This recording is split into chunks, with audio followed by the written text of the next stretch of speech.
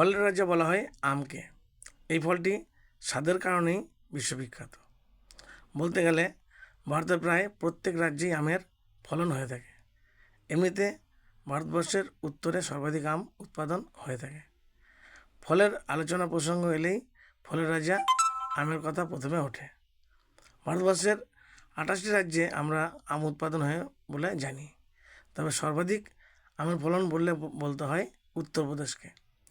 এখানকার আম বিভিন্ন প্রজাতির এবং স্বাদ ও সুগন্ধের কারণে দেশ দুনিয়ায় প্রসিদ্ধ, যার মধ্যে মালিয়াবাদী আম থেকে শুরু করে ল্যাংড়া ও দশহরি আমও রয়েছে। উত্তরপ্রদেশের মোট আম উৎপাদনের কথা বলতে হয় যে এখানে 23% থেকে শুরু করে 25% আম পর্যন্ত আম উৎপাদন হয়ে থাকে। প্রধান আম উৎপাদনের অঞ্চলগুলোর মধ্যে লখনৌ, সাহারানপুর, বুলন্দশহর এবং বারাণসী আগে রয়েছে। মালিয়াবাদকে ম্যাঙ্গো বেল্টও বলা হয়ে থাকে। উত্তরপ্রদেশের আম শুধুমাত্র দেশের মধ্যেই সীমাবদ্ধ নয়, বরং ইউরোপেও রপ্তানি করা হয়। এমনিতেই ভারতীয় আম বিদেশে সবসময় সমাদৃত।